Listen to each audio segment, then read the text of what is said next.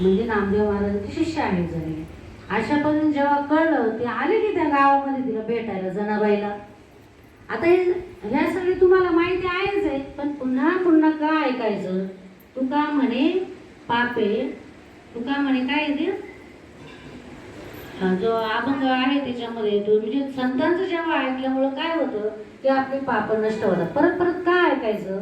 हे सगळं ऐकल्यामुळं आपण काही केलेलं पाप असेल किंवा आपलं म्हणजे न करता पण पाप घडतं की काय वेळेला ते सुद्धा पाप जळून जातात. अशा पद्धतीने म्हणून आपण परत परत तेच का ऐकायचं असा प्रश्न आपल्या डोक्यात आणू नका. की आले कबीर त्या गावामध्ये, तर एक बाई होते उभी वरांड्यावर मध्ये म्हणले हो काय हो पुढे राहतात त्या संत जनाबाई. ती हसून म्हणते हा संत जनाबाई, ती काय तिथं भांडती या? अरे म्हणजे मी संत जनाबाई म्हणून मी इथं भेटायला आलो आणि भांडते सांगते. मग गेले तिथं बा म्हणजे का तुम्ही भांडताय बा, मी तुम्हाला आवर्जून भेटायला आलो, मला तुमची काय काय कीर्ती ती कळली बा. म्हणली तर का रे बाबा, म्हणली तुला काय करायचं, बघ की माझ्या गौऱ्या घेते म्हणली. हा असं कसं चालेल? मग कशावरून आहे तुझ्याच गौऱ्या म्हणे? आता बघ की म्हणजे असं उचलून बघ त्याच्यामधून विठ्ठल विठ्ठल विठ्ठल विठ्ठल विठ्ठल असं ऐकायला येईल तुम्हाला.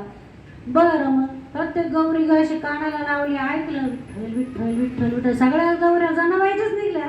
आता मग म्हणली, मग तिथून पुढं त्यांना ते कळलं की ह्यांना का संत जनाबाई म्हणतात. अशा जनाबाईची मोठी कीर्ती आहे. दुसरा आपण संत बघूया. संत नामदेव कसा जन्म झाला त्यांचा? शिंपल्यातून जन्म झाला त्यांचा ना. मग ते काय असं झालं, कारण जेव्हा त्यांना पहिला उद्धवाचा अवतार त्यांचा, प्रल्हादाचा अवतार नामदेव महाराजांचा, जेव्हा पुन्हा त्यांना अवतार घ्यायला सांगितलं धर्तीवर की म्हणजे आम्ही आता मातेच्या उदरातून घेणार नाही जन्म आम्हाला, मग माझ्या देवाने काय केलं की शिंपल्यातून त्यांना जन्म दिला. मग जेव्हा तिथे गोनाई हे सगळे गेले होते एकदा पंढरपूरला, तर नवस मागायचा नाही असंही ठरलं होतं त्यांचं, कधी नवस करायचा नाही देवा, त्यांना मुलबाळ नव्हतं हेही होतं. मग जेव्हा शिंपल्यातून मिळणार आहे असं त्या देवानी स्वप्नात जेव्हा सांगितलं रामाजी पंतांना की तुम्हाला असं असं मूल शिंपल्यातूनच मिळेल, मग त्याने ते शिंपल्यातून आणलं, जाऊन आणलं, त्याला मोठं केलं, 5 वर्षाचा झाला. आपल्याला सगळं सगळं आहे माहिती की देवाने त्याची खीर खाल्ली, जेवण खाल्लं. परत परत काय ऐकायचं, कशाला ऐकायचं, हे सगळे आता आपल्याला माहीत आहे. 5 वर्षाचं जेव्हा नामदेव महाराज झाले तेव्हा दामाजी पंतांना काही कामानिमित्त बाहेर जायला जेव्हा लागलं, मग रोज नैवेद्य दाखवायचे हो, पंढरपूरवासी ते देवाला आपल्या विठ्ठलाला रोज नैवेद्य दाखवायचे.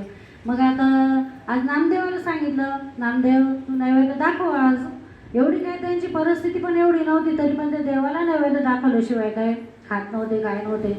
मग गेले नामदेव महाराज 5 वर्षाचे असतात